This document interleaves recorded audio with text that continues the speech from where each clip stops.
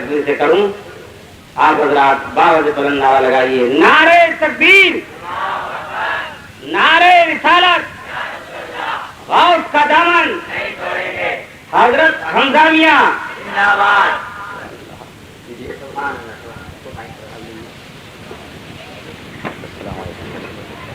بس ٹھیک ہے.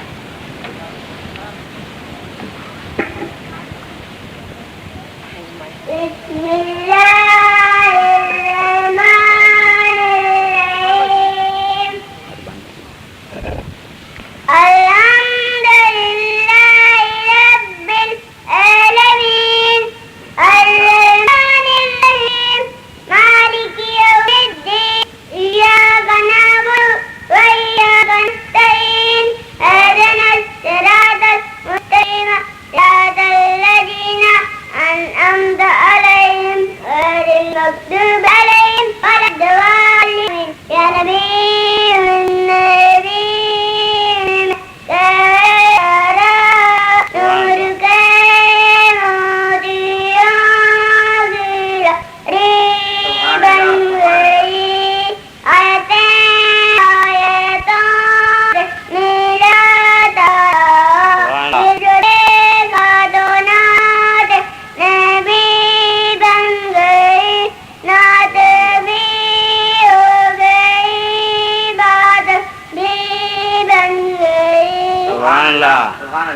دیکھوں گا ان کا روزہ آنکھیں مچل مچل کے دیوار در کا بوسہ. سبحان اللہ سبحان اللہ. مچل مچل کے کیا کہنے ہیں؟ پڑھیے پڑھیے بس. الفاتحہ الی حضرت روح النبی صلی اللہ تعالی علیہ وسلم وآلہ واصحابہ اجمعین.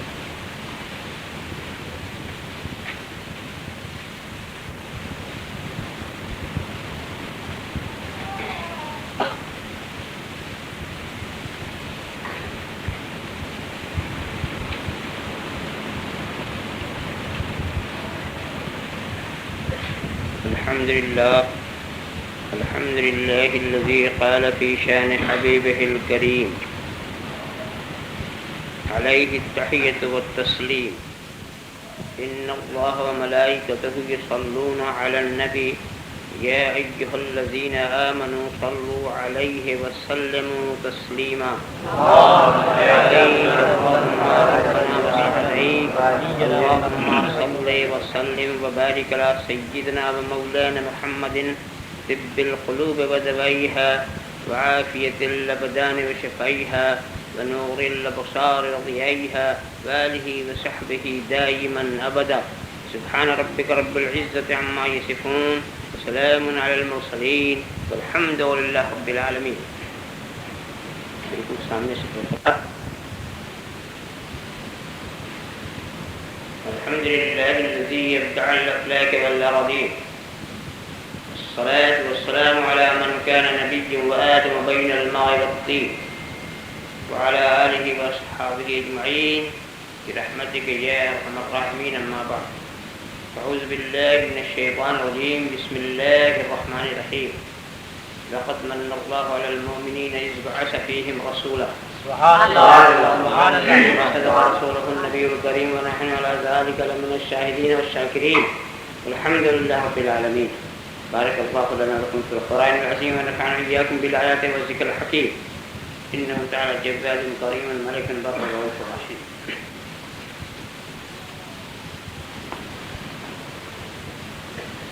من علينا ربنا إذ بعث محمدا أيده بيده أيدنا بأحمد أرسله مبشرا أرسله ممجدا. صلوا عليه دائما صلوا عليه السرمدا. اللهم صل على سيدنا محمد وعلى آله وصحبه. عدد گاہیش زیر آسمان عرش نازک تر نفس گم کردمی آیت جنید و بایزیدی جا و مصطفیٰ برساں خیش را کہ دی ہم اوست اگر بہو نہ رسیدی تمام بول حبیش. سوچتا ہوں کیا کہوں میں، کیا نظر آنے لگا، سوچتا ہوں کیا کہوں میں، کیا نظر آنے لگا، وہ ریاض برزخ کبریٰ نظر آنے لگا، وہ ریاض برزخ کبریٰ نظر آنے لگا۔ پھوٹتے ہی ان کے ہونٹوں پر تبسم کی کرن، پھوٹتے ہی ان کے ہونٹوں پر تبسم کی کرن، غیرت خورشید ہر ذرہ نظر آنے لگا، غیرت خورشید ہر ذرہ نظر آنے لگا۔ نور و بشرا مل گئے اور بن گیا نوری بشر، نور و بشرا مل گئے، نور و بشرا مل گئے اور بن گیا نوری بشر۔ رہ کے پردے میں وہ بے پردہ نظر آنے لگا، رہ کے پردے میں وہ بے پردہ نظر آنے لگا۔ جا کے موسیٰ سے بھی کہہ دو وہ بھی آ کے دیکھ لیں، جا کے موسیٰ سے بھی کہہ دو وہ بھی آ کے دیکھ لیں۔ اس کے رخ پر میم کا پردہ نظر آنے لگا، اس کے رخ پر میم کا پردہ نظر آنے لگا۔ تو فنا فی الحق ہوا، پھر کیا ہوا میں کیا کہوں، تو فنا فی الحق ہوا، تو فنا فی الحق ہوا، پھر کیا ہوا میں کیا کہوں۔ قطرہ دریا میں گیا دریا نظر آنے لگا، قطرہ دریا میں گیا دریا نظر آنے لگا۔ جب خاموش رہوں میں تو یہ سب کچھ ہے، جو کچھ کہا تو تیرا حسن ہو گیا محدود۔ بارگاہ رسالت و علیہ رسالت میں درود شریف نگران عقیدت پیش فرمائیں۔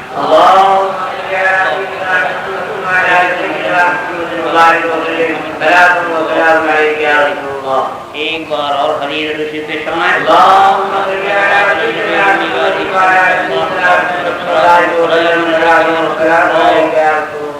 ایک بار اور حدیث رشید پیش فرمائیں۔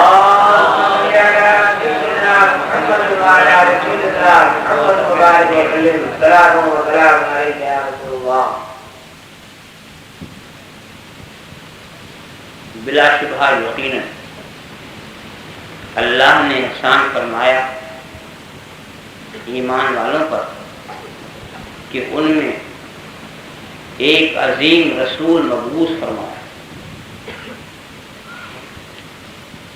ایک عظمت والا رسول بھیجا۔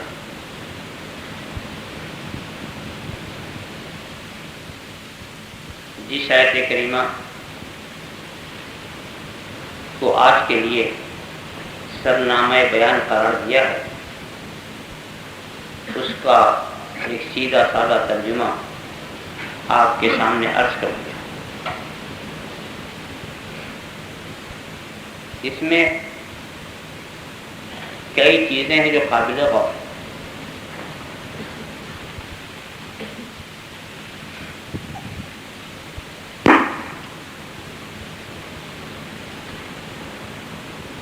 یقیناً بلا شبہ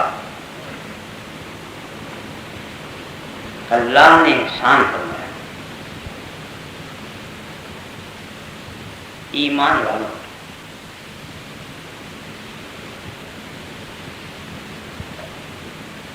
سوال یہ ہے کہ رسول کی بعثت یا رسول کو جو بھیجا گیا کیا صرف ایمان والوں کے لیے بھیجا گیا؟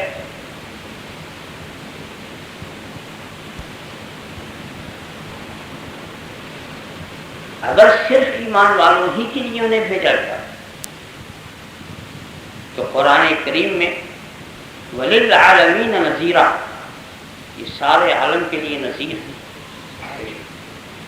وَمَا أَرْسَلْنَاكَ إِلَّا رَحْمَةً لِلْعَالَمِينَ، اے محبوب ہم نے تجھے سارے عالم کے لیے رحمت بنا کر بھیجا۔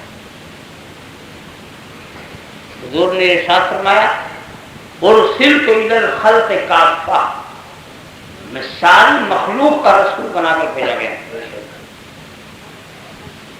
یا ایھا الناس انی رسول اللہ الیکم جمیعا، اے لوگو میں تم سب کی طرف اللہ کا رسول ہوں۔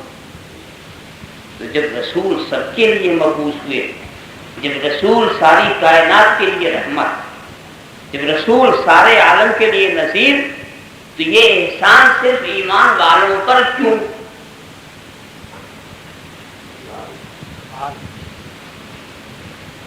بلکہ رسول کی بعثت تو ساری کائنات پر احسان، عالم کے ذرے ذرے پر احسان، آسمان کے ہر تارے پر احسان ہے۔ جب وہ سب کے لیے رحمت ہے تو قطعی طور پر وہ سب کے لیے احسان ہوئے۔ تو یہ تخصیص جہاں صرف ایمان والوں کے لیے احسان،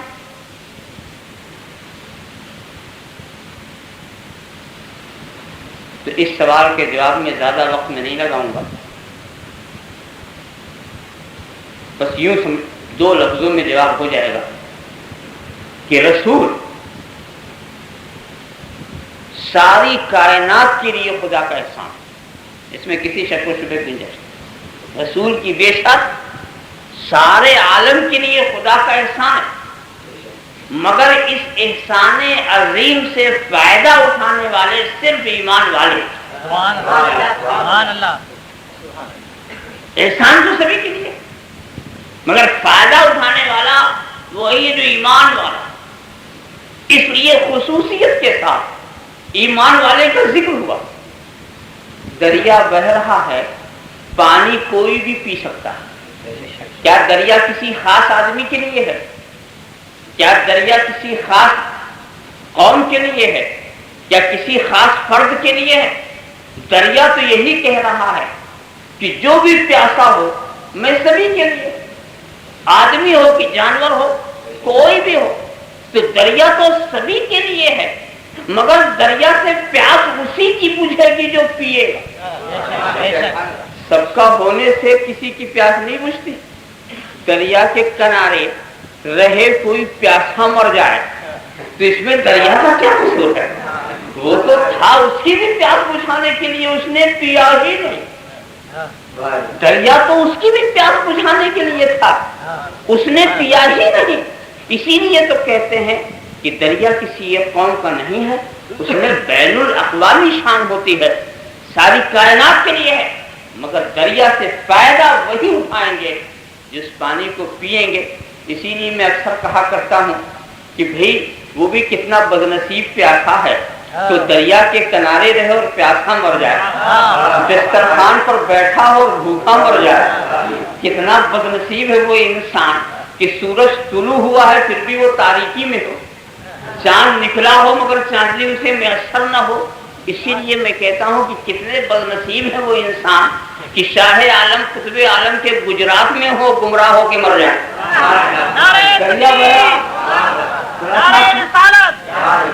یہ اولیاء کرام کی سرزمین، یہ صالحین کی سرزمین، ہر طرف دریا بہ رہے ہیں۔ اس گجرات میں نقشبندی دریا بھی بہ رہے ہیں، چشتی دریا بھی بہ رہے ہیں، قادری دریا بھی بہ رہے ہیں، ہر طرح کے دریا۔ اب ان دریاؤں کے ہوتے ہوئے بھی اگر کوئی پیاسا رہ جائے تو یہ نہیں کہا جا سکتا کہ دریاؤں کا قصور، پینا ضروری ہے۔ دیکھو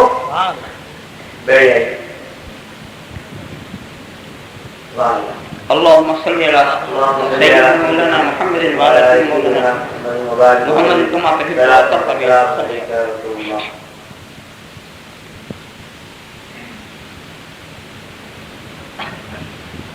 تو اے ایمان والوں، ایمان والوں کا ذکر محض اس خصوصیت سے یہ فائدہ اٹھانے والی ہے۔ کسی چیز کی تعریف سے کچھ نہیں ملتا۔ یاد رکھیے، اسلام میں کچھ چیزیں ہیں جو ماننے کے لیے اور کچھ چیزیں ہیں جو عمل کرنے کے لیے۔ اب اگر صرف عمل کرنے والی چیز کو آپ صرف مان لیں تو اس سے وہ فائدہ نہیں ملے گا جو عمل سے ملتا۔ یعنی آپ مان لیں کہ نماز فرض ہے اور مانتے ہی نہیں، مانیں گے تو مسلمان کہاں رہیں گے؟ نماز فرض ہے، مگر صرف فرض فرض کہنے سے اور نماز کے فضائل بیان کرنے سے آپ کو وہ چیز نہیں ملے گی جو نماز پڑھنے سے ملے۔ کچھ لوگ عجیب حال، صرف تعریف سے خوش ہو جاتے ہیں اور تعریف کر کے مطمئن ہو جاتے ہیں کہ ہم نے اپنا فرض ادا کر دیا. اسلام کی خوب تعریف کی، خوب تعریف کی، اسلام ایسا ہے، اسلام ویسا ہے. ارے کیسا بھی ہو، مگر اگر تو اس پر عمل نہیں کرے گا تو اس کا فائدہ تمہیں نہیں مل سکتا. کوئی صاحب کھڑے ہو کر کے کسی کیپسول کی تعریف کریں، کسی ٹیبلٹ کی تعریف کریں، بہت اچھی ٹیبلٹ ہے، بہت اچھے کیپسول ہیں، اس سے آنکھ کی بینائی تیز ہوتی ہے، قوت ادراک جو ہے تیز ہوتی ہے، پیر میں طاقت پہنچتی ہے، ہاتھوں میں زور پیدا ہوتا ہے، معدے کا اصلاح ہوتا ہے. بہترین کیپسول یا بہترین یہ ٹانک ہم لے کر آئے ہیں، اس سے دماغ کو بھی قوت، نظر کو قوت، کان کو قوت، معدے کو قوت، پیر کو قوت، حیض کو قوت، بہترین ٹانک. تو کیا اس طرح تعریف کرنے سے قوت مل جائے گی؟ یہ شیشی کو جیب میں لے کے پھرنے سے قوت مل جائے گی؟ کیپسول کو گلے میں لٹکانے سے قوت مل جائے گی؟ نہیں، بلکہ یہ ہے کہ پہلے اسے استعمال کرنا، اور استعمال اپنی مرضی سے نہ کرنا، ڈاکٹر کی رائے لے لینا. کہیں ایسا نہ ہو کہ استعمال میں غلطی ہو جائے. ایک اچھی چیز بھی ہر وقت استعمال نہیں کی جاتی، اس کے لیے بھی وقت ہوتا. لہذا یہ مت سمجھو کہ اچھی چیز مل گئی، ہم کو بہترین ٹانک مل گیا تو ہمیں کسی حکیم کی ضرورت نہیں. اس لیے کہ اگر اچھی چیز بھی غلط طور سے استعمال کی جائے تو اس کے نقصان ہوتے ہیں، تو اس کے استعمال کے کچھ اوقات ہوتے ہیں، اور استعمال کے اوقات کے لیے انسان ڈاکٹر اور حکیم کا محتاج ہوتا ہے. ہر وقت محتاج رہتا کہ وہ بتائے کہ ہمارے مزاج کے لحاظ سے اس کے استعمال کا طریقہ کیا ہے. ہر وقت اچھی چیز کرنا کچھ اچھا نہیں سمجھا جاتا. بھئی نماز سے بڑھ کر اچھی چیز کون سی ہے؟ افضل العبادات ہے نا، افضل العبادات ہے. یہ نماز کتنی اچھی چیز ہے کہ نہیں؟ زوال کے وقت پڑھو تو، طلوع کے وقت پڑھو، غروب کے وقت پڑھو، معلوم ہے کہ اچھی چیز کے استعمال کا وقت بھی اچھا ہونا چاہیے. یہ نہیں کہ جب چاہو استعمال کرو. اس کے لیے بھی ایک بات ہے بہت اچھی چیز، مگر حکیم سے پوچھو کہ کس وقت ہم اس کو استعمال کرو. اعمال کا یہ کون سا وقت ہے؟ جہاں وہ استعمال کرنے کو بتائے وہاں استعمال کرو، جہاں وہ چھوڑ دینے کو بتائے وہاں چھوڑ دو. تو پتہ یہ چلا کہ عمل تو بعد میں کریں گے، اور اس کے حکیم پر پہلے نظر ہوگی، اس کے طبیب سے پہلے پوچھیں گے کہ چھوڑنے کا وقت کیا ہے، پڑھنے کا وقت کیا ہے، اور پڑھنے کا انداز کیا ہے. آپ ذرا سا عرفات کے میدان میں حاجیوں سے پوچھئے گا، جو عرفات کے میدان سے ہو کے آئے ہیں، وہاں مغرب کا وقت ہو جاتا. ساری دنیا کا انسان مسلمان اگر اس وقت مغرب نہ پڑھے تو مجرم، مگر عرفات میں رہنے والا حاجی اگر مغرب پڑھ لے تو مجرم. یعنی اس وقت مغرب کا وقت ہے مگر پڑھ لو تو مجرم. اور اگر آپ کہیں گے پھر کہاں جا کے پڑھیں؟ کہاں مزدلفہ میں جا کے پڑھیں. کہاں مزدلفہ میں تو وقت نکل جائے گا، وقت نکل جائے گا، تو وہاں تو قضا پڑھنی پڑے گا. نہیں، ادا پڑھنی ہے. جب وقت تھا تو پڑھنے نہیں دیا، اور جب نکل گیا تو اب قضا نہیں ادا پڑھنے کی بات ہو رہی کہ ادا پڑھو. اب جب پوچھو گے معاملہ کیا ہے، تو بات یہ ہے کہ یہی تو رسول کی ادا ہے.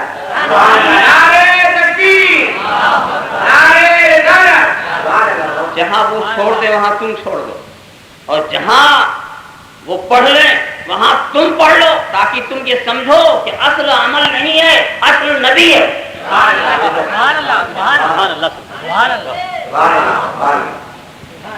ایک بات یہ بتاؤ، روزہ بہت اچھی چیز ہے کہ نہیں؟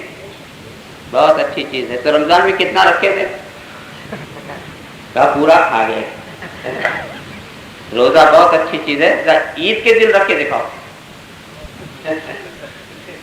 ارے عید بھی اچھی چیز، روزہ بھی اچھی چیز، دو اچھی چیز جمع کرنے میں حرج کیا؟ مگر نہیں، معلوم ہے کہ اس کا بھی وقت ہے، اس کا بھی وقت ہے، اس کو بھی روکا گیا.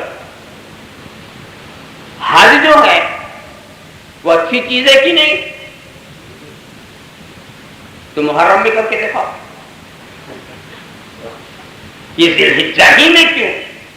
پتا چلا اس کا بھی وقت ہے، ہر چیز کا ایک وقت ہے۔ اچھی چیز کے استعمال کو لیے ایک حکیم اور ایک طبیب ہے جو بتائے گا، مگر جب تک اس کو استعمال تم نہیں کرو گے اس کا فائدہ نہیں ہوگا۔ اسلام کی تم صبح شام تعریف کرتے ہو، عمل نہ کرو تو اس کا فائدہ نہیں مل سکتا۔ بہت ہی دردمند دل کے ساتھ میں اکثر یہ کہا کرتا ہوں، دوستو اس وقت ساری دنیا میں کلمہ پڑھنے والوں کی جو تعداد ہے اتنی تعداد کبھی نہیں تھی، اور اس وقت ساری دنیا میں کلمہ پڑھنے والوں کے ہاتھ میں جتنی حکومتیں ہیں اتنی حکومت بھی کبھی نہیں تھی، اور اس وقت ساری دنیا میں کلمہ پڑھنے والوں کے پاس جتنی دولت ہے اتنی دولت بھی کبھی نہیں تھی۔ اس کے باوجود اس وقت ساری دنیا میں کلمہ پڑھنے والے جتنا ذلیل ہیں اتنا ذلیل بھی کبھی نہیں۔ تو اس کی وجہ کیا؟ اس کی وجہ کیا؟ سمجھو، نبی کریم نے صرف 1,24,000 افراد کم و بیش چھوڑے، اور آج مسلمان کتنے ہیں؟ کروڑوں کی تو بات ہی نہ کیجیے، تقریباً 20 کروڑ روپے ہندوستانی میں، پاکستان، بنگلہ دیش، ساری دنیا کو ملائیے تو یہ کروڑ ارب تک پہنچ رہے ہیں، اور سرکار نے کم و بیش 1.25 لاکھ۔ تو یہ دور اسلام کے لیے بہتر یا وہ دور؟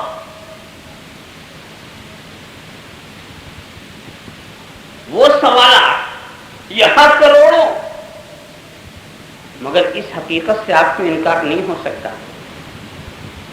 کہ ان کروڑوں کا حال عجیب ہے۔ آج کے جو کروڑوں ہیں ان کا حال عجیب ہے۔ ایک بات بتاؤ کہ ان کروڑوں مسلمانوں میں اگر کوئی ایک صدیق اکبر ہو تو بتاؤ، ان کروڑوں مسلمانوں میں تلوار چلانے والوں کی کمی نہیں ہے، مگر کوئی خالد ابن ولید ہو تو بتاؤ۔ ان کروڑوں مسلمانوں میں اذان دینے والوں کی کمی نہیں ہے، مگر کوئی بلال حبشی ہو تو بتاؤ۔ یعنی رسول نے جو غلام چھوڑے تھے ہم کروڑوں مل کر ان میں سے ایک کی طرح نہیں بن سکتے۔ ہم کروڑوں مل کر کے صہیب رومی نہ بن سکے، سلمان فارسی نہ بن سکے، بلال حبشی نہ بن سکے، خالد ابن عبیدہ نہ بن سکے۔ رسول نے جن کو چھوڑا تھا ہم ان میں سے سب مل کر کے ان میں سے کسی ایک کی مثال نہ بن سکے۔ کیا سوچیے ہماری حقیقت ہی کیا ہے؟ اس لیے کہ ان کا ایک ہمارے کروڑوں پہ بھاری، اس دور کا ایک ہمارے کروڑوں پر بھاری۔ تو 1.25 لاکھ کا حال میں کیا بتاؤں؟ جو 1.25 لاکھ کا حال میں بتاؤں، ہم ان کا ایک بھی نہ بن سکے۔ مجھے ہنسی آتی ہے یہ سن کر کہ غلام کی طرح تو بن نہ سکے، یہ آقا کی طرح کیسے بن گئے؟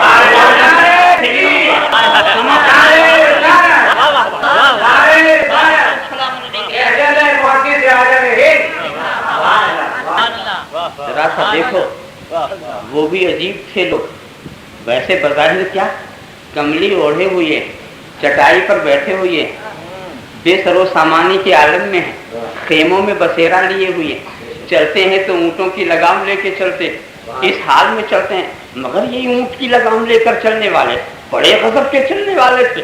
جب ہاتھ میں اونٹ کی لگام لیے اور چلے تو ایسا چلے کہ کسرا کے سر سے گزر گئے، قیصر کو پامال کر دیا، بیت المقدس میں پرچم لہرا دیا، دی اذانیں کبھی یورپ کے کلیساؤں میں، کبھی افریقہ کے تپتے ہوئے صحراؤں میں، دست تو دست ہے، ڈری اہل ظلمات میں دوڑا دیے گھوڑے ہمیں، بڑھے تو ساری طاقتیں پیچھے ہو گئی، ساری طاقتیں پیچھے ہو گئی۔ یہ تو ان 1.25 لاکھ والوں کی بات تھی، یہاں کروڑوں کی بات کیا ہے؟ یہ کروڑوں والے جو ہیں یہ اونٹ کی لگام نہیں، ٹینکوں کی صفوں میں گزر رہے ہیں، میزائل کی قطاروں میں چل رہے ہیں، ایٹمی طاقتوں اور مادی قوتوں کے ساتھ چل رہے ہیں۔ مگر اپنی سرحد کراس نہیں کر پا رہے، اپنی سرحد کراس نہیں کر پا رہے ہیں۔ ایک اسرائیل ہے جو سب کے لیے خنجر بنا ہوا ہے، جو اس زمانے والوں کا ایک لقمہ بھی نہیں۔ اس زمانے والوں کے لیے سب سے بڑی طاقت، اس زمانے والے کے لیے سب سے بڑی طاقت، تو بات کیا ہے کہ وہ چلے تو ان کا قدم کوئی روک نہ سکا، اور بات کیا ہے کہ آج ہم چل رہے ہیں مگر ہمارے قدم آگے نہیں بڑھ پا رہے ہیں، ہم اپنی سرحد کو کراس نہیں کر پا رہے ہیں، ساری دنیا ہم کو ذلیل کرنے پر لگی ہوئی ہے۔ تو اس کی وجہ کیا ہے؟ میری سمجھ میں تو صرف ایک ہی بات آتی ہے کہ وہ چلنے والوں کی ان کی رفتار ہی بڑی نرالی تھی۔ وہ جب چلنے والے چلے تھے تو ہاتھ میں اونٹوں کی لگام تھی، زبان پر ذکر الہی تھا، دل میں عشق مصطفیٰ تھا، دل میں عشق مصطفیٰ تھا، عشق کی طاقت لے کر چلے تھے، عشق کی طاقت لے کر چلے تھے، ذکر الہی کی قوت لے کر چلے تھے، بندگی کی توانائی لے کر چلے تھے۔ جب ایسا چلنے والا چلتا ہے تو پیچھے مڑ کے نہیں دیکھتا، وہ بارگاہ خداوندی کے دیوانے نہیں دیکھتا، دیوانہ تو آگے ہی بڑھا جاتا ہے، بلکہ پتھر پھینکنے والے پیچھے ہوتے ہیں، تالی بجانے والے پیچھے ہوتے ہیں، کہا لگانے والے پیچھے ہوتے ہیں، اور دیوانہ بڑھتا ہی چلا جاتا ہے، آگے پیچھے مڑ کے بھی نہیں دیکھتا۔ ذرا سا آپ خیال کریں تو وہ تھے چلنے والے، اس ڈھنگ سے چلے۔ اور آج کا چلنے والا جب چلتا تو کیسے چلتا؟ نہیں چلتا آگے، وہ کہتا وہ تو اللہ اور رسول کی تائید لے کر چلے تھے، عشق مصطفیٰ لے کر چلے تھے، شان بندگی لے کر چلے تھے، ذکر الہی کی توانائیاں لے کر چلے تھے۔ اور آج کا چلنے والا جب چلتا المدد یا امریکہ، المدد یا روس، روس مدد کرتے کرتے خود مدد کا محتاج ہو گیا، المدد یا امریکہ۔ ذرا صاحب خیال کریں تو دونوں طرف سے مدد مانگ رہا تو دونوں طرف سے جوتے آ رہے ہیں۔ مسلمان مشرکین سے مدد مانگنے کے لیے نہیں پیدا ہوا، مسلمان دوسروں کو مدد کرنے کے لیے بنایا گیا۔ کتنے شرم کی بات ہے کہ سرزمین حجاز کو جن ناپاک وجود سے پاک کیا گیا تھا، وہاں انہیں مہمان بلایا گیا، انہیں مہمان بنایا گیا۔ تو ایسی قوم ذلیل نہیں ہوگی تو اور کیا ہوگی؟ تو دوستو، اللہ کے رسول تو سبھی کے لیے احسان، مگر احسان سے فائدہ وہی اٹھائے گا جو رسول کی ہدایت پر عمل کرے گا، اور یہ ہدایت پر عمل کرنے والے وہی لوگ ہیں جو ایمان والے ہیں۔ یقیناً اللہ نے احسان کیا ہے ایمان والوں پر، ان میں اپنا رسول، عظیم رسول مبعوث فرمایا۔ یہاں پر ایک اور نقطے کی بات بتاؤں، لقد من اللہ، یہ مننا کے معنی احسان کیا، ایک لفظ اور عربی کا ہے احسن، احسنہ کے معنی بھی احسان کیا، مگر دونوں میں تھوڑا فرق۔ ویسے سیدھا سیدھا اردو میں ترجمہ لقد من اللہ علی المؤمنین، یقیناً اللہ نے احسان کیا مومنین پر، ایسے یوں بھی کہا جا سکتا لقد احسن اللہ علی المؤمنین، یقیناً اللہ نے احسان کیا مومنین پر۔ مگر احسنہ، احسان اور منت میں فرق کیا ہے؟ ویسے منت کے معنی بھی احسان، احسان کے معنی تو احسان نہیں، مگر منت اور احسان میں فرق کیا ہے؟ کسی کے ساتھ کوئی بھی چھوٹی بڑی بھلائی آپ کریں وہ احسان۔ مثال کے طور پر آپ کروڑ پتی ہیں اور کسی کو 1 روپیہ دے دیا، تو 1 روپے کا کوئی وزن آپ کی نظر میں ہے؟ کروڑ پتی کی نظر میں 1 روپے کوئی وزن؟ مگر پھر بھی اس نے کسی احسان، یا چاہے اس احسان کی کوئی قدر و منزلت نظر میں نہ ہو، وہ احسان۔ مگر اگر کوئی ایسی چیز دے دے جس کی قدر و منزلت خود دینے والے کی نظر میں ہو تو اس کو منت کہتے ہیں۔ کسی کو اپنا خلیفہ بنا دیا، کسی کو اپنا وزیر اعظم بنا دیا، وہ کہہ سکتا ہے کہ نے تجھ پر منت کیا، اس لیے کہ وزارت عثمان خود ایک قدر و منت کی، خلافت و نیابت یہ قدر و منزلت کی چیز ہے. تو جب اتنا بڑا عطیہ کسی کو دے دیا جائے تو یقیناً کہا جائے گا کہ احسان منت کیا. رب تبارک و تعالی زمین و آسمان تمہیں دیے, ساری کائنات تم دی, زمین کا خط بچھایا, یہ نہیں کہا کہ میں نے تجھ پر منت کیا. آسمان کا شامیانہ یہ نہیں کہ میں تجھ پر منت کیا, ساری کائنات دے دی, میں ایسا نہیں جتایا, منت کا لفظ استعمال نہیں فرمایا. مگر جب اپنے محبوب کو دیا, اپنے رسول کو دیا, تو کہا کہ میں دیکھتے ہوں جو نگاہ قدرت میں بھی قدر و منزلت رکھتا. متاع دنیا قلیل, متاع دنیا قلیل, دنیا کی پونجی تو قلیل ہے, قلیل کو کیا منت کروں, میں تو اسے دے رہا ہوں. انک لعلی خلق عظیم, میں خلق عظیم والے کو دے رہا ہوں. نعرہ تکبیر, نعرہ رسالت. تو خلق عظیم والے کو دے رہا ہوں, اپنے محبوب کو دے رہا ہوں. تو یہ میں نے تم پر منت کیا. ہر چیز دی جاتی ہے, محبوب نہیں دیا جاتا. ہر چیز دی جا سکتی ہے محبوب, مگر ہماری فلاح و بودی کے لیے خدا نے ہمیں محبوب کو ہمیں دیا. یقیناً خدا نے منت مایا, خدا کی نگاہ میں بھی قدر و منزلت رکھنے کا آ گیا. عظیم رسول, کہیں آپ یہ نہ سوچیں کہ اس میں تو صرف رسولن ایک لفظ ہے, اس میں عظیم کا لفظ کہاں سے آ گیا. ایک تو سمجھو جو عظیم نہ ہو رسول نہیں ہو, رسول تو عظیم ہوتا ہے. مگر پھر بھی میں ذات کے لحاظ سے, گرامر کے لحاظ سے بتاؤں کہ اس میں عظیم معنی. دیکھیے علماء کو سمجھانا تو آسان ہے, جب اس طرح بحثیں آ جاتی ہیں مجمع عام میں, بڑی دشواری مجھ کو ہوتی کہ اس کو میں آسان کہہ کروں. یہ علماء کو تو میں کہہ کر سمجھا سکتا تھا کہ لقد من اللہ علی المؤمنین اذ بعث فیہم رسولا, تو رسولا میں تنوین ہے, تنوین عظمت, وہ سمجھ جاتے. جب وہ تنوین عظمت ہے تو وہ رسولا عظیمہ کا مفہوم اس کے اندر پیدا ہو گیا. مگر میں آپ سے میں عظمت مفہوم کا ہے. دیکھیے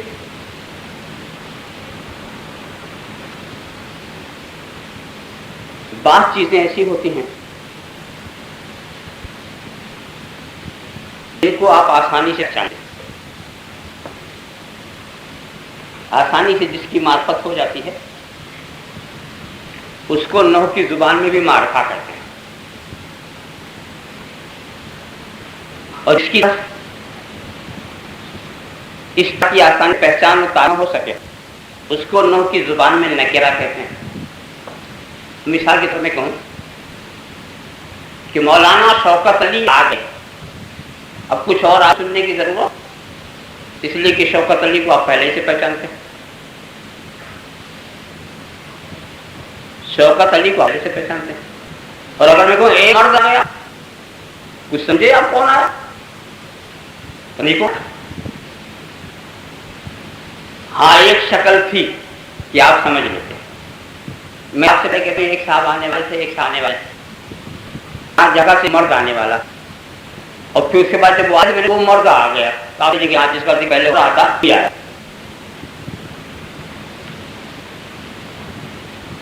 تو اس طرح سے اگر مبہم ہم بولتے ہیں تو کوئی ذات ذہن میں نہیں ہے.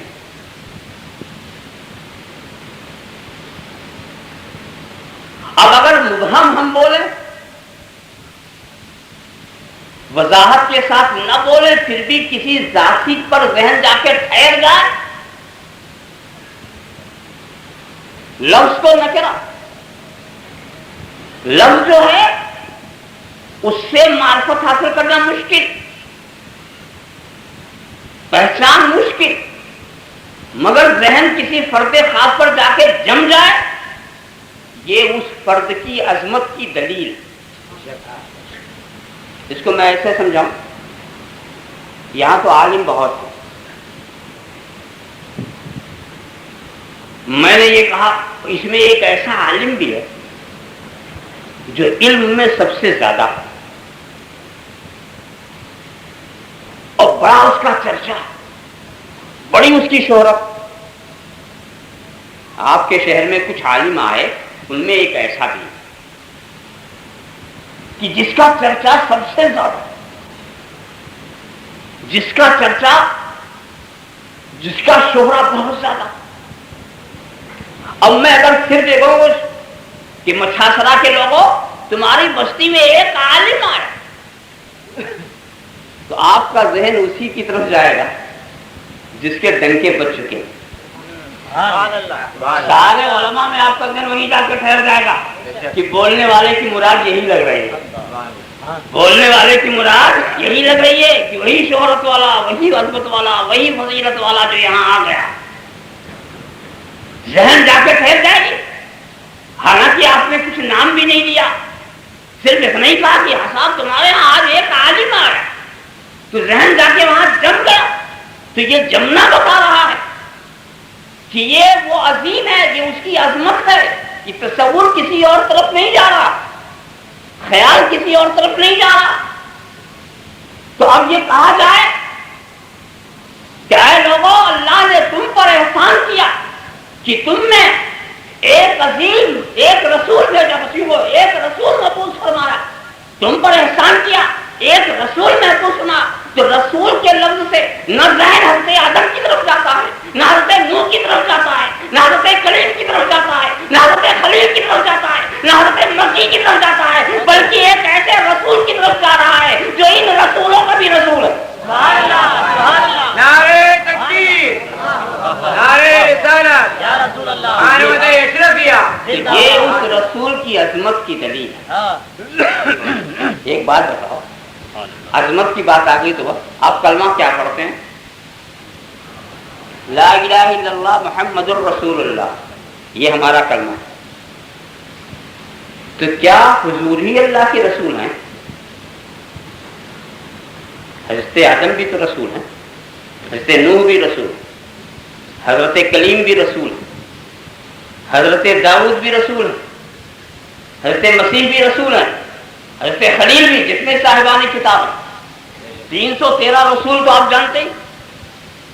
تو یہ سب رسول، سب رسول، مگر کسی کی امت کا کلمہ یہ نہیں تھا کہ لا الہ الا اللہ نوح رسول اللہ، لا الہ الا اللہ ابراہیم رسول اللہ، لا الہ الا اللہ موسیٰ رسول اللہ، لا الہ الا اللہ عیسیٰ رسول اللہ.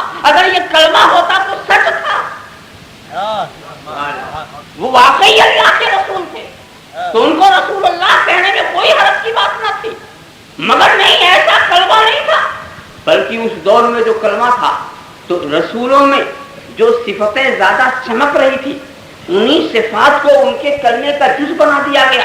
لا الہ الا اللہ آدم صفی اللہ، لا الہ الا اللہ نوح نجی اللہ، لا الہ الا اللہ موسیٰ کلیم اللہ، لا الہ الا اللہ ابراہیم خلیل اللہ، لا الہ الا اللہ عیسیٰ روح اللہ.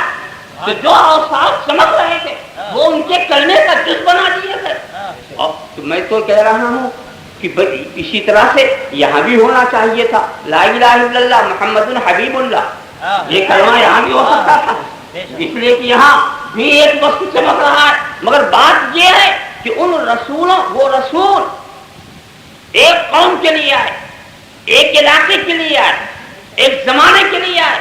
تو ان کے پاس جتنے اوصاف تھے، ان اوصاف میں جو سب سے زیادہ چمکتا ہوا وصف تھا وہ ان کے کلمے کا جز بن گیا. مگر رسول عربی جو آخری نبی تھے ان کا تو ہر وقت چمک رہا تھا، ہر وقت چمک رہا تھا. تو کہا اے محبوب، میں اس رسالت کو تیرے کلمے کا جز بنا دوں جس رسالت کے سائے میں حضرت آدم بھی نظر آ رہے ہیں، حضرت خلیل بھی نظر آ رہے ہیں، حضرت ابراہیم بھی نظر آ رہے ہیں، حضرت موسیٰ بھی نظر آ رہے ہیں، حضرت مسیح بھی نظر آ رہے ہیں. تو ایسا ویسے واقعی دیکھو عجیب بات، لا الہ الا اللہ صرف کلمہ دیکھو، صرف سارے رسولوں کا کلمہ صرف دیکھو، دوسرے دلائل مت دیکھو، دوسرے دلائل مت دیکھو، صرف کلمہ دیکھو. اور ہر ایک کا کلمہ سن کر اگر کوئی فیصلہ کرے، کوئی فیصلہ دوسرے دلائل سے ہٹ کر کے، صرف کلمہ سن کر کے کوئی فیصلہ کرے تو کیا فیصلہ کرے گا؟ ایک کلمہ اس کے کان میں پڑا لا الہ الا اللہ آدم صفی اللہ، دوسرا کلمہ پڑا لا الہ الا اللہ نوح نجی اللہ، تیسرا کلمہ لا الہ الا اللہ داؤد خلیفۃ اللہ، لا الہ الا اللہ ابراہیم خلیل اللہ، لا الہ الا اللہ موسیٰ کلیم اللہ، لا الہ الا اللہ عیسیٰ روح اللہ، اور اسی میں ایک کلمہ ہے لا الہ الا اللہ محمد الرسول اللہ۔ تو سننے والا سمجھے گا جیسے گروہ مرسلین میں رسول ایک ہی ہے، گروہ مرسلین میں رسول ایک ہی ہے۔ ذرا سا دیکھو، واقعی جس عظمت و شان کی یہ رسول ہے اس عظمت و شان والا ایک ہی ہے۔ اچھا دوسری بات کیا کہ حضرت کلیم کا کلمہ آپ پڑھو تو یہ دلیل نہیں کہ آپ ان کے امتی، ہم بھی پڑھتے اور ہم بھی مانتے لا الہ الا اللہ موسیٰ کلیم اللہ، امتی ان کے نہیں ہے، پڑھ لیں۔ لا الہ الا اللہ ابراہیم خلیل اللہ، ان کے امتی نہیں مگر پڑھ لیں۔ ایسا کلمہ انہیں دیا گیا کہ جو ان کا امتی نہ ہو وہ بھی پڑھے تو چلے، امتی تو پڑھتے ہی تھے، اب جو امتی نہیں ہے وہ بھی پڑھ رہے ہیں اور کوئی فرق نہیں پڑا۔ اور اس کلمے سے یہ پتہ نہیں چلتا کہ پڑھنے والا امتی ہے یا امتی نہیں ہے۔ لا الہ الا اللہ ابراہیم خلیل اللہ یہ امتی بھی پڑھے گا ان کا اور ہم بھی پڑھ رہے ہیں، تو یہ پتہ نہیں چل رہا کہ پڑھنے والا خود آپ کا امتی ہے کہ نہیں۔ تو نبی کو تو ایسا کلمہ دیا گیا جو پڑھے امتی نظر آئے، جو پڑھے امتی نظر آئے، چاہے نبی پڑھے چاہے امتی پڑھے۔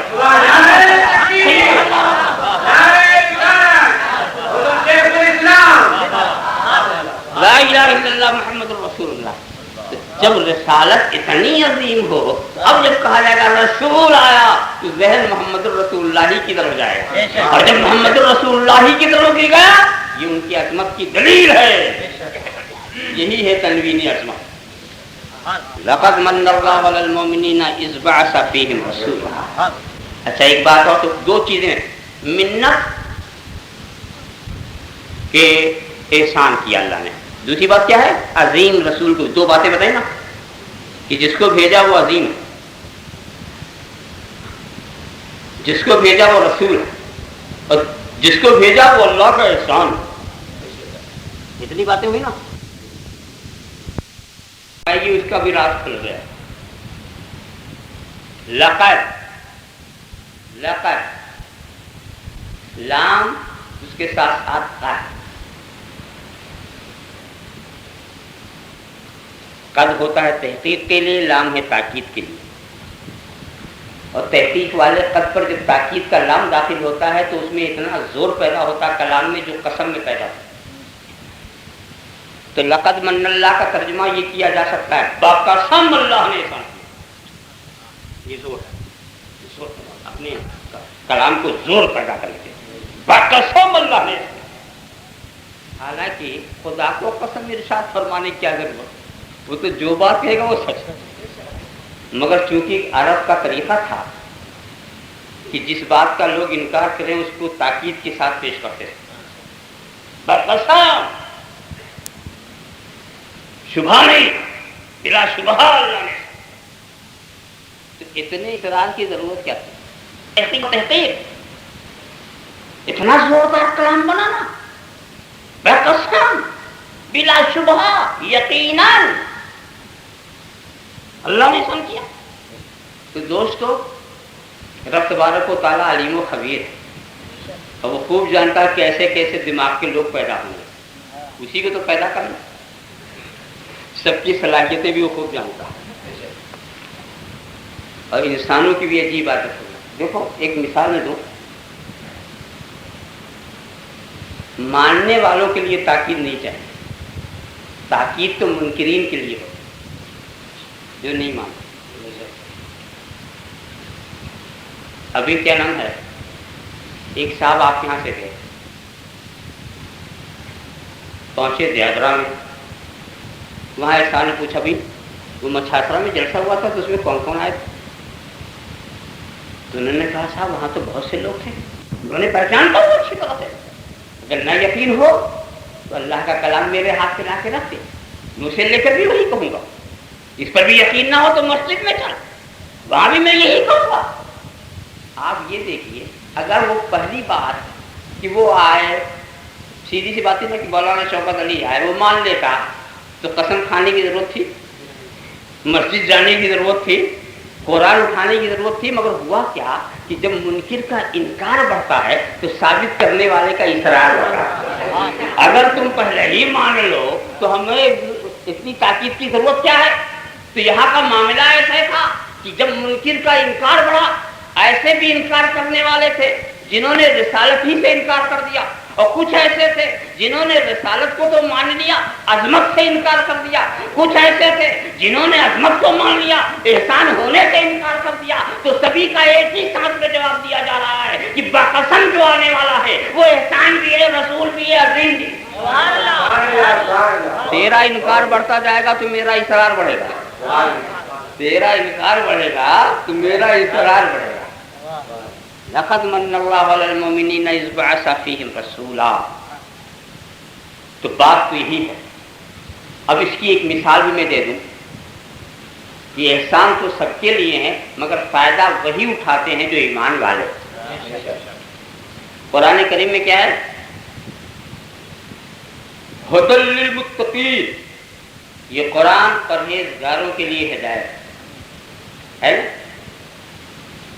تقوی شعاروں کے لیے، مائلین الی التقوی، سائرین الی التقوی، تقوی کی طرف مائل ہونے والے، تقوی کی زندگی گزارنے والے، ان کے لیے قرآن کیا ہے؟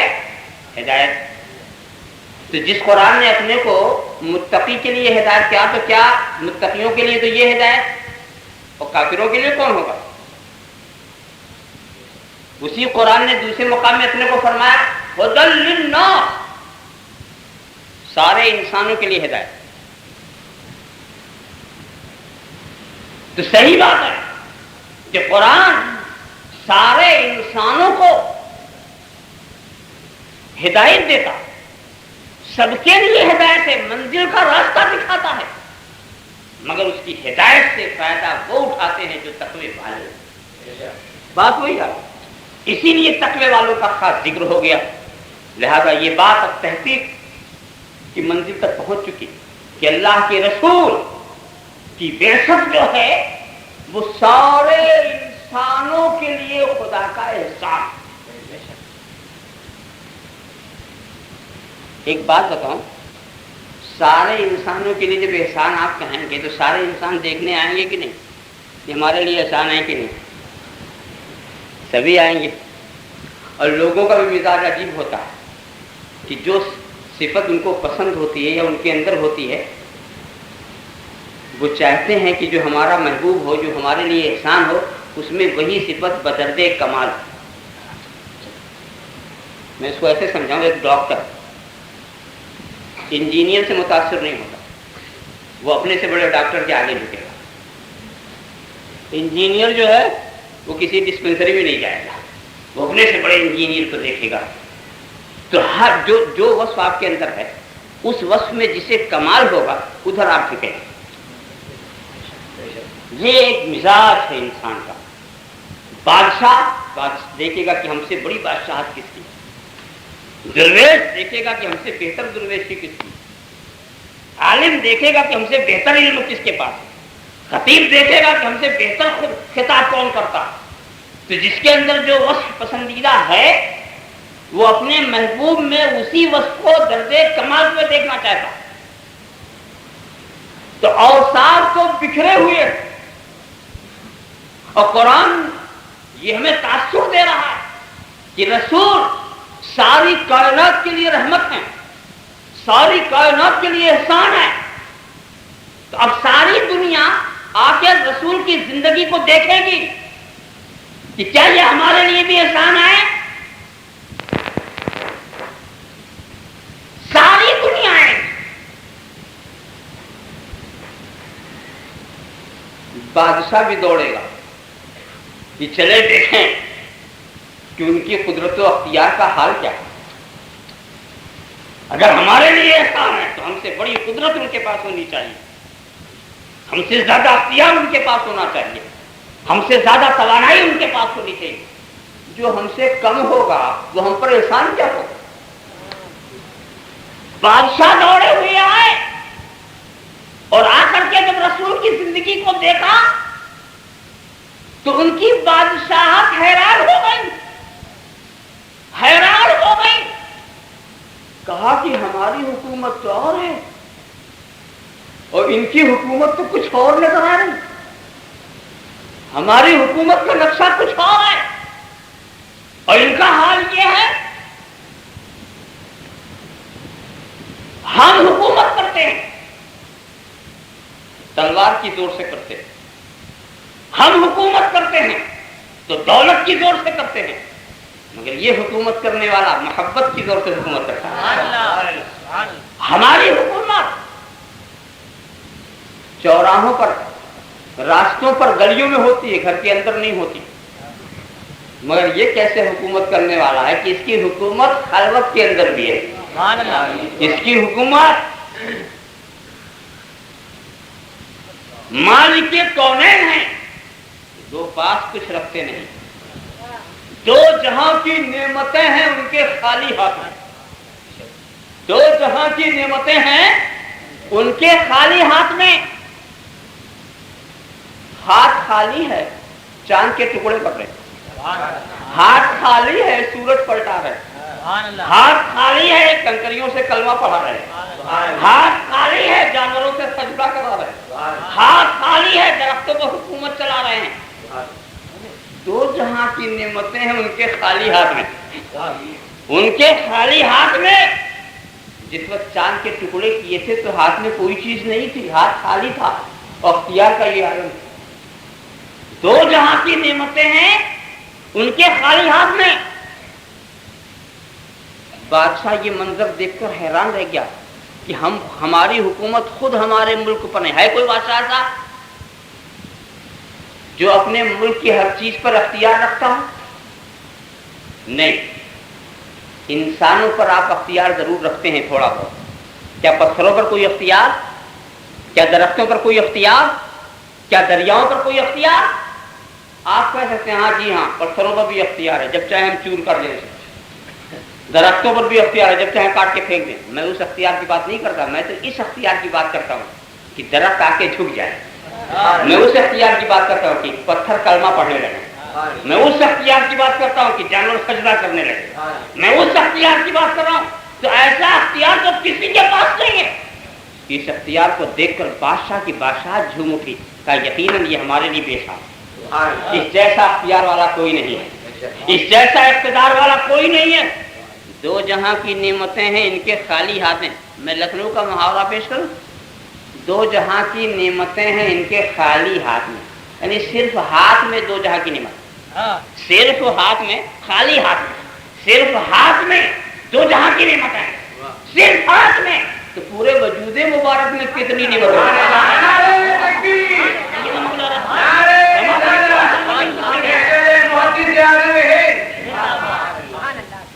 بادشاہ کی بادشاہت جو ہے وہ بھی جھوم کر کے چلے گی. یقیناً یہ ہمارے لیے بھی احسان ہے. ہمارے جھکنے کی اگر کوئی جگہ ہے تو یہ. فقیر سوچ رہا تھا درویش کہ جب وہ سب کے لیے احسان، بادشاہوں کے لیے احسان، تو وہ ہمارے لیے کیا احسان ہوں گے.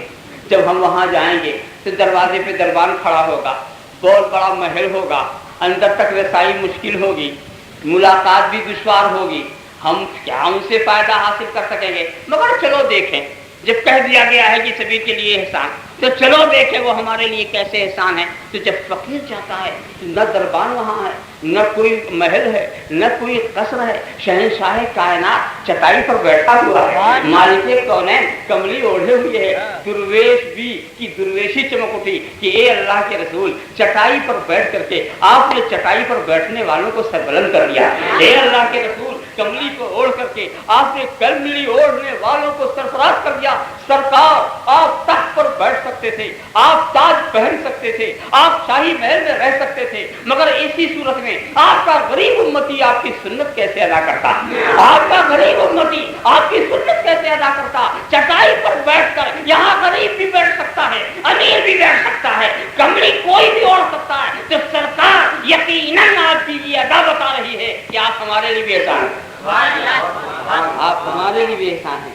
بے نظیر عطا ہے اللہ کے رسول کی جھومتے ہوئے وہ بھی چلا گیا. اور ویسے بھی انبیاء کرام کے معجزات دیکھنے والے آئے سرکار کی بارگاہ میں اور سرکار کی کا حال دیکھنے لگے.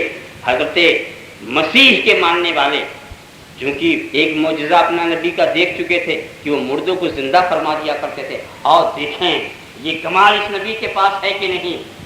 اس لیے کہ ہمیں احسان ہمارے لیے جب ہے تو ہم اس کمال کو بدردے عقل ان کے اندر دیکھنا چاہتے ہیں جو ہمارے نبی کے اندر موجود تھا. اب جب یہاں پر وہ آئے آ کر دیکھا تو حیران رہ گئے. منظر تو صرف اتنا، ایک بات بتاؤ، مردے کو زندہ کرنا بہت بڑا اعجاز. مگر جانتے ہو مردہ کس کو کہتے ہیں؟ اگر آپ نے کہا جس میں روح نہ ہو وہ مردہ، تو یہ مائک مردہ، اس میں بھی روح نہیں. مردہ ہے تو کفن پہناؤ دفنا. یہ کرسی مردہ، یہ مردے کی تعریف یہ نہیں ہوتی کہ جس میں روح نہ ہو مردہ. مردہ اسے کہتے ہیں جس میں روح کی صلاحیت ہو مگر روح نہ ہو، وہ مردہ ہے. روح کی صلاحیت، روح نکال دی جائے، وہ ہے مردہ. تو حضرت مسیح کا معجزہ کیا تھا؟ مردے کو زندہ کرنا، یعنی جس میں پہلے روح تھی وہ روح نکال لی گئی، اب زندہ کرنا، روح پلٹا دی گئی. تو حضرت مسیح کا کام تھا روح کو پلٹا دینا. جو پہلے روح والا تھا اسے پھر روح والا بنا دینا.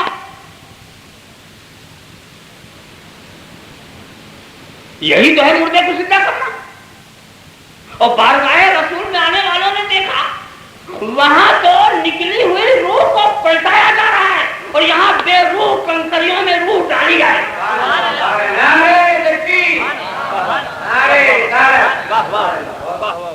تو روح کا پلٹانا اور ہے اور روح کا ڈال دینا اور. وہ بھی جھومتا ہوا چلا گیا. یقیناً یہ ہمارے لیے تھا. جب پتھروں سے یہ اپنا کلمہ پڑھا سکتے ہیں تو کوئی یہاں کے بدنصیب نہیں رہ سکتا. ایسے ہی جناب والا حضرت کلیم کے ماننے والے بھی پہنچے ہوں گے. ان کے پاس بھی اپنے نبی کا دو بہت ہی زبردست اعجاز. ایک تو شرف ہم کلامی، شرف ہم کلامی کتنا بڑا اعجاز، اور دوسرا پتھر سے پانی جاری کر دینا، کتنا زبردست. عصا مارتے تھے پتھر سے چشمے جاری ہو جاتے تھے. مگر جب شرف ہم کلامی کی جہت سے دیکھا تو سمجھ بات آئی کہ حضرت کلیم کے لیے قانون تھا. اے کلیم، کچھ سننا ہے طور پہ آؤ، کچھ کہنا ہے طور پر آؤ، کچھ لینا ہے طور پہ آؤ، عرض معروض کرنی ہے تو طور پر آؤ، توریت لینی ہے طور پر آؤ. مگر محبوب کے لیے کہے محبوب تمہیں کچھ کہنا ہے، تمہیں کچھ سننا ہے تو حرم میں بھی جانے کی ضرورت نہیں، ہیرا پہ جانے کی ضرورت نہیں، جبل رحمت پہ جانے کی ضرورت نہیں، کعبے پہ جانے کی ضرورت نہیں، مقام ابراہیم پہ جانے کی ضرورت نہیں، مسجد حرام میں جانے کی ضرورت نہیں. اے محبوب تمہیں کچھ کہنا ہے تو زبان ہلانے کی ضرورت نہیں، نظر اٹھا دو تو قبلہ بدل دیا.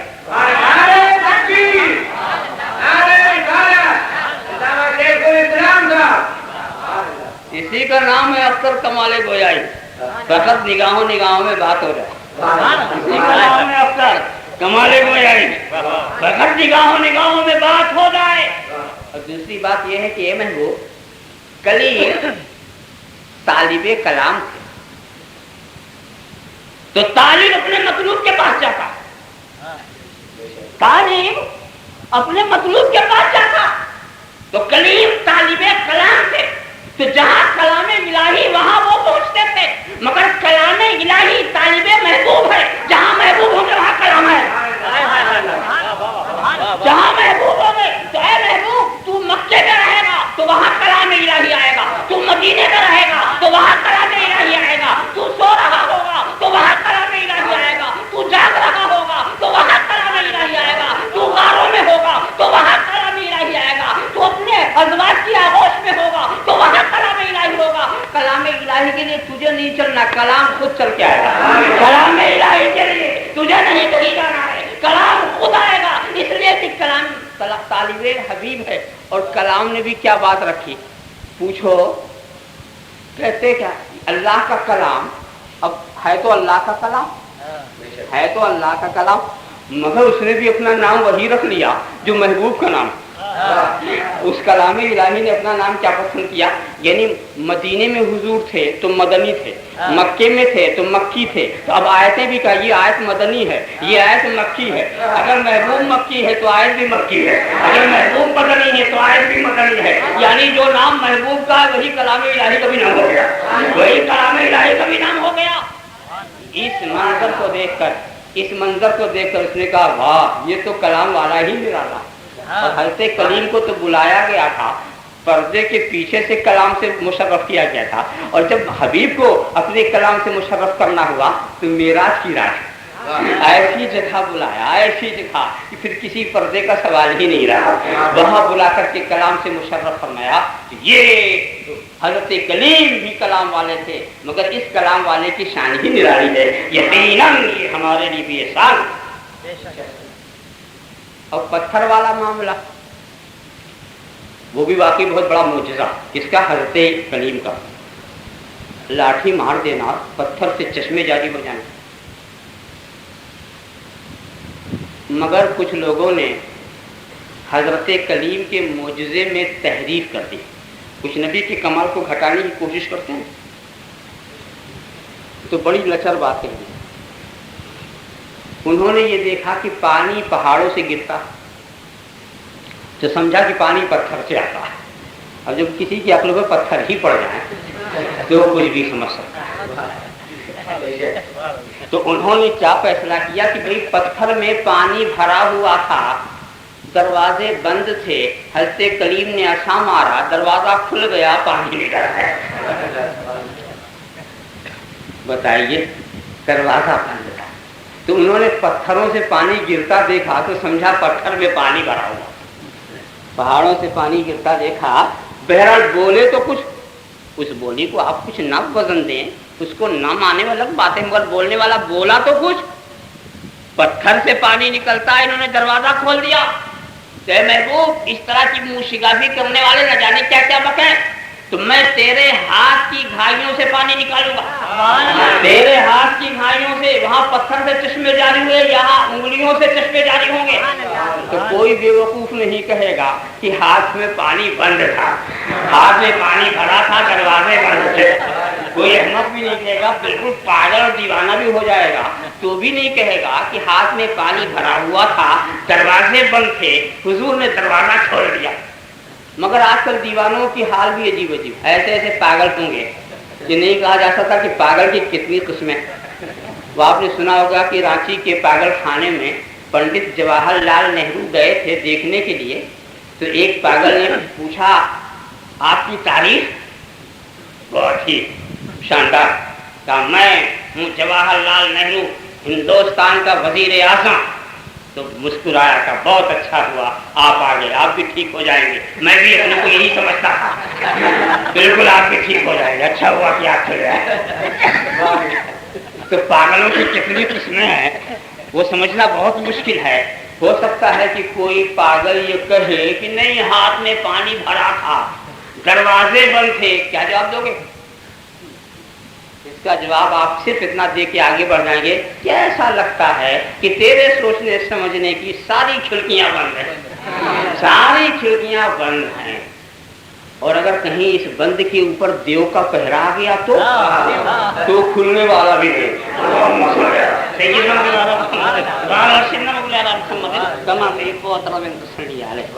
کچھ ہاتھوں سے جب چشمہ جاری ہونے کا منظر دیکھا تو وہ بھی جھوم گئے، یقیناً ہمارے لیے بھی احسان ہے۔ ایسے ہی حضرت خلیل کے ماننے والے پہنچے جنہوں نے حضرت خلیل کا معجزہ دیکھا تھا، آتش کدا گل کدا ہو گیا، واقعہ نگاری مقصود نہیں، تو وہاں تو آتش کدا گل کدا ہو گیا۔ کیا مطلب؟ حضرت خلیل کا اعجاز کیا تھا؟ آگ ٹھنڈی ہو گئی، جب ٹھنڈی ہو گئی تو جلائے گی؟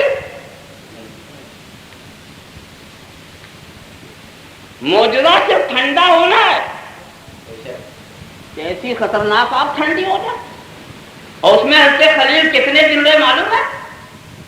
40 دن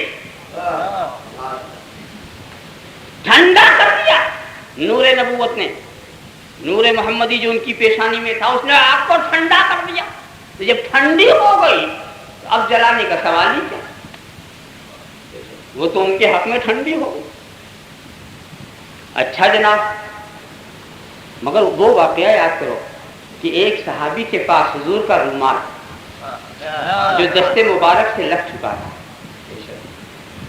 پھر ان کی عادت یہ تھی کہ جب رومال کو دھلنا چاہتے تھے، صاف کرنا چاہتے تھے تو جلتے ہوئے تنور میں ڈال دیتے، جلتے ہوئے تنور میں ڈالتے تھے، نکالتے تھے تو وہ دسترخوان بالکل صاف ہو جاتا، بالکل صاف ہو جاتا. اب غور آتش کدے میں حضرت کلیم کی ذات گئی تھی اور تنور کے اندر نبی کی ذات نہیں گئی ہے، نسبت گئی. ہاتھ سے تو لگایا تھا تو ہاتھ نہیں گیا تھا، یا ہاتھ کا کوئی جز نہیں گیا، نسبت گئی تھی، وہاں ذات گئی. تو اس ذات کا یہ اعجاز دیکھا گیا کہ آگ ٹھنڈی ہو گئی. جب ٹھنڈی ہو گئی تو جلانے کا سوال کیا، مگر یہاں اس نسبت کا ہم یہ اعجاز دیکھ رہے ہیں کہ نسبت جب گئی تو آگ ٹھنڈی نہیں ہوئی. آگ آگ ہے مگر جلانے کی ہمت نہیں ہے. آگ آگ ہے، وہی حرارت ہے، وہی سوزش ہے، مگر جلانے کی ہمت نہیں ہے. یہیں سے سمجھ میں آ گیا کہ ایک کپڑے کو اگر نسبت رسول حاصل ہو جائے تو آگ اسے جلا نہیں سکتی. نسبت رسول اگر حاصل ہو جائے تو آگ اسے جلا نہیں سکتی. تو اے ایمان والو، اگر تم بھی اپنی نسبت کو مضبوط کر لو اور اپنے سینے کو رسول کی محبت کا مدینہ بنا لو تو جہنم میں طاقت نہیں کہ جلانے.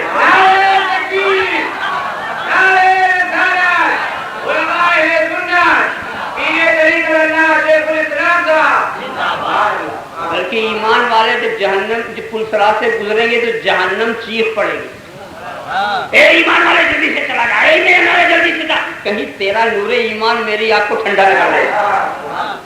اور ہمیشہ نور نے نار کو ٹھنڈا کیا.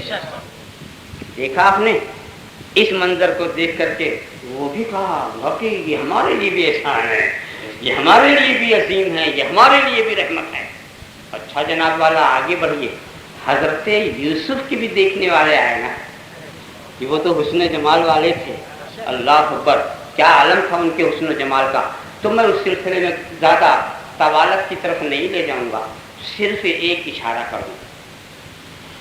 حسن یوسف پہ کٹی مصر میں انگشت زنا اور سر کٹاتے ہیں تیرے نام پہ مردانے عرب. اسی دو مصرے میں ساری باتیں آ گئی. حسن یوسف پہ کٹی، دیکھو حسن یوسف پہ کٹی، کاٹی نہیں کٹی. مصر میں انگشت زنا، عورتوں کی انگلی مردوں کی نہیں. جب حسن یوسف دیکھا تو عورتوں کی انگلی کٹ گئی. ہوش و حواس میں نہیں کٹی، بدحواسی میں. یہ مردوں کی بات نہیں ہے، عورتوں کی. حسن یوسف دیکھنے کے بعد کی بات ہے.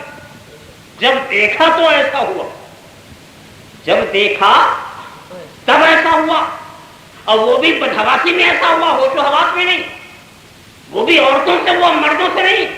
مگر اے حسن محمدی، سر کٹاتے ہیں تیرے نام پہ مردانے عرب. یہاں کٹنے کی بات نہیں، کٹانے کی بات ہے.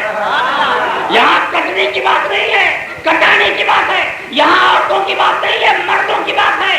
اور یہاں وہ بے حواسی کی بات نہیں ہے، ہوش و حواس میں کٹا رہے ہیں، ہوش و حواس میں کٹا رہے ہیں. اور اے محبوب، تیرا حسن دیکھ کر نہیں، تیرے نام پہ کٹا رہے ہیں، تیرے نام پہ کٹا رہے ہیں.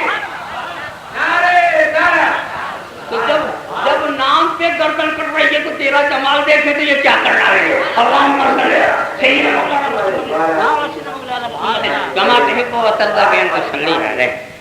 رس آپ خیال کرتے چلے جاؤ، سوچو. تو وہ بھی یقیناً اس منظر کو دیکھ کر اس نے یوسفی کا منظر بھی دیکھنے والے کہیں گے یقیناً یہ ہمارے لیے احسان ہے. مختصر یہ ہے کہ ساری دنیا کا کمال دیکھنے والے، کمال چاہنے والے نبی کی زندگی کا ایک ایک نقشہ دیکھ رہے ہیں، اور خدا اپنے نبی کو مطمئن کے محبوب آنے دو، دیکھنے دو، دیکھنے دو، زندگی کے ایک ایک فرق کو دیکھنے دو، سیرت کے ایک ایک پہلو کو دیکھنے دو. تیرے ہاں میں نے کمی کیا چھوڑی ہے؟ اتنا آتینا کل کوثر، میں نے تجھے کوثر دے دیا ہے، خیر کثیر دے دیا. انا فتحنا لک فتحا مبینا، ہر کمال کے دروازے میں نے کھول دیے ہیں. ایک کر کے ان کو یقین ہوگا کہ یقیناً یہ ہمارے لیے احسان. دوستو، یہ ہماری محبت، عقیدت، ایمان کا تقاضا ہے کہ ہم اپنے محبوب کی عظمتوں کے گن گائیں. یاد رکھو، اگر تم اسلام کو سمجھانا چاہتے ہو، اسلام کا پرچم لہرانا چاہتے ہو، تو ضرورت ہے کہ اسلام کے لانے والے کی عظمت دلوں میں بٹھا دو. اس لیے کہ اسلام دعوت ہے، رسول عربی داعی ہے. اسلام ہدایت ہے، رسول عربی ہادی ہے. اسلام ارشاد ہے، رسول عربی مرشد ہے. تو اگر ہادی ہی کو کوئی نہیں مانے گا تو ہدایت کو کیا مانے گا؟ داعی کو کوئی نہیں مانے گا تو دعوت کو کیا مانے گا؟ اسی لیے رسول نے صرف اپنے کو منوایا، اپنے کو 40 سال تک تنہا اپنے کو منوایا، بعد میں اسلام کو صرف 23 سال منوایا، اپنے کو 40 سال منوایا اپنی زندگی کو. تو اچھی طرح سے وہ تو لوگ عجیب و غریب ہیں جو اپنے نبی کے تعلق سے ایسی بات کہتے ہیں کہ کوئی سنے تو ایمان ہی نہ لائے. دیکھیے، کسی بھی ماننے والے کے پاس چلے جاؤ، عیسائی، کسی عیسائی سے پوچھو حضرت عیسیٰ کو کیا کہتا؟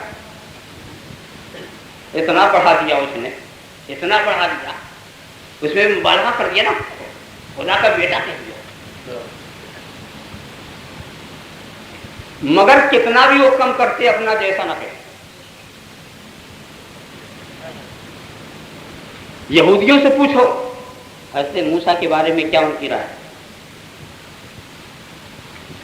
ارے اپنے وطن میں رہنے والوں سے پوچھو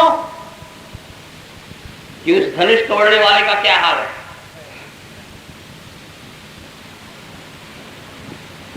سب تعریف کریں گے اپنے رہنماؤں کی.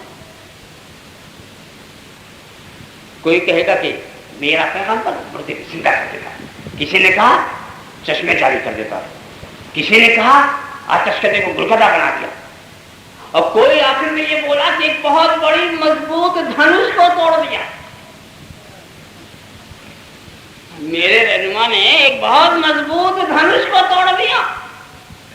تو ایسے لوگ جب سب ساری قومیں اس طرح کی بات کر رہی ہوں تو اس وقت آپ کیا کہیں گے اپنے نبی کے بارے میں؟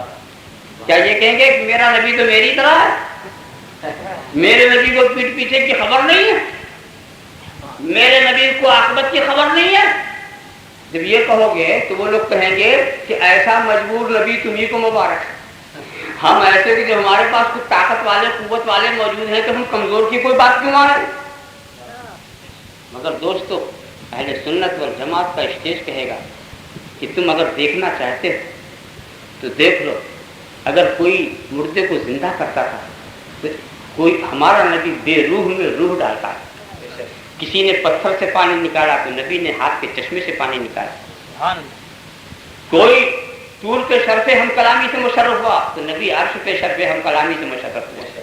ہر جگہ آپ وہ پہلو دکھائیں گے.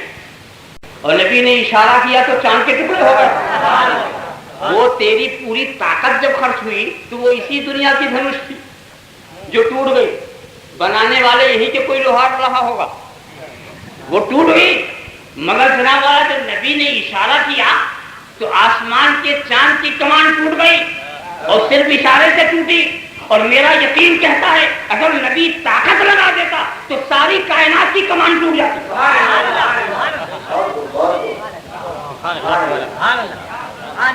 ضرورت اس بات کی ہے کہ ہم اسلام کی شوقت کو دکھائیں اور اسلام کی عظمت کو سمجھائیں، اور اس کے لیے ضروری ہے کہ پیغمبر اسلام کی عظمت کو سمجھایا جائے، ان کی شوقت کو.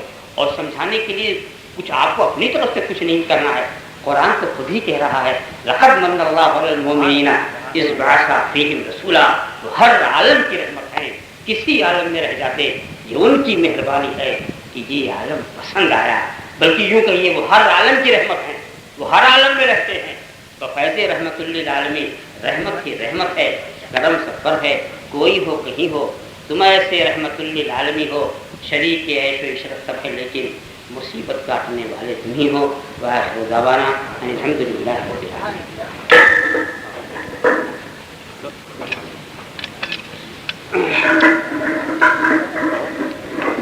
یا نبی سلام علیکہ، یا رسول سلام علیکہ، یا حبیب سلام علیکہ، صلوات اللہ علیکہ، یا نبی سلام علیکہ، یا رسول سلام علیکہ، یا حبیب سلام علیکہ، صلوات اللہ علیکہ، یا رسول اللہ، یا حبیب اللہ،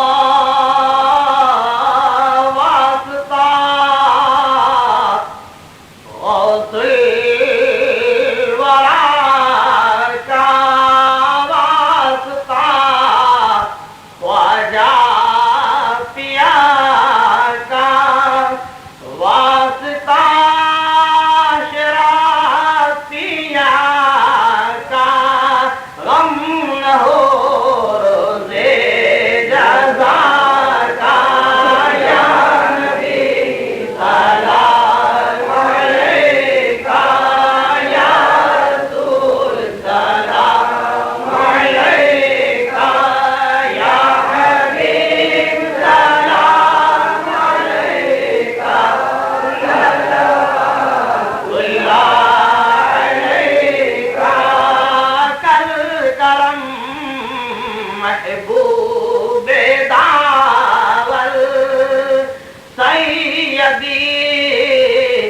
مدنی میاں پر، عمر میں برکات عطا کر، اور دین کی خدمات لیا کر، یا نبی سلام علیکہ، یا رسول سلام علیکہ، یا حبیب سلام علیکہ، صلوات اللہ علیکہ، اے میرے مولا کے پیارے، نور کی آنکھوں کے تارے، اب کسے سیاد پکارے، ہم تمہارے تم ہمارے، یا نبی سلام علیکہ، یا رسول سلام علیکہ، یا حبیب سلام علیکہ، صلوات اللہ علیکہ۔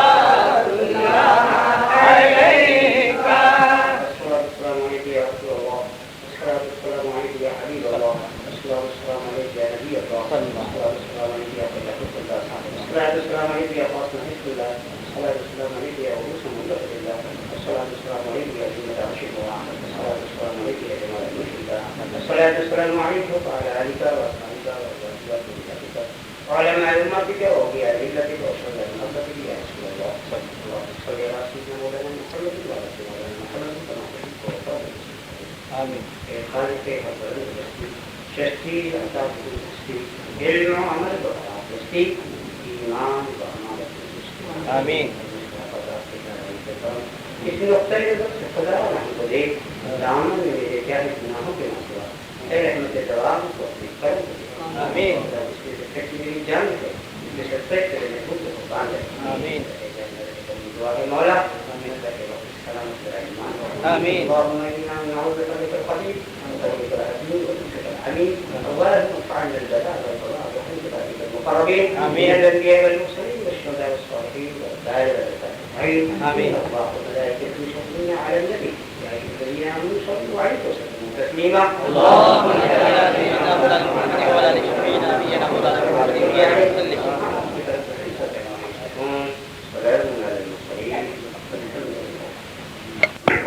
نعت پاک مصطفیٰ صلی اللہ تعالیٰ علیہ وسلم پیش کرنے سے بیشتر بارگاہ رسالت اور آل رسالت میں درود پاک کا حد انشاء کرے.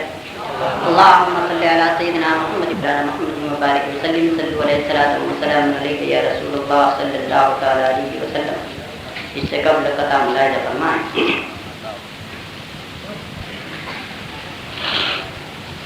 پڑھتا ہوں نعت شہ عرش نسی آج کی رات. پڑھتا ہوں نعت شہ عرش نسی آج کی رات. منہ میرا تکتے ہیں جبریل امین آج کی رات. منہ میرا تکتے ہیں جبریل امین آج کی رات. ذکر سرکار میں مصروف ہوں ورنہ چلتا. اے اجل مجھ کو تو فرصت ہی نہیں آج کی رات. اے اجل مجھ کو تو فرصت ہی نہیں آج کی رات. پڑھتا ہوں نعت پاک مصطفیٰ صلی اللہ تعالیٰ علیہ وسلم کی چند سال ملاحظہ فرمائیں.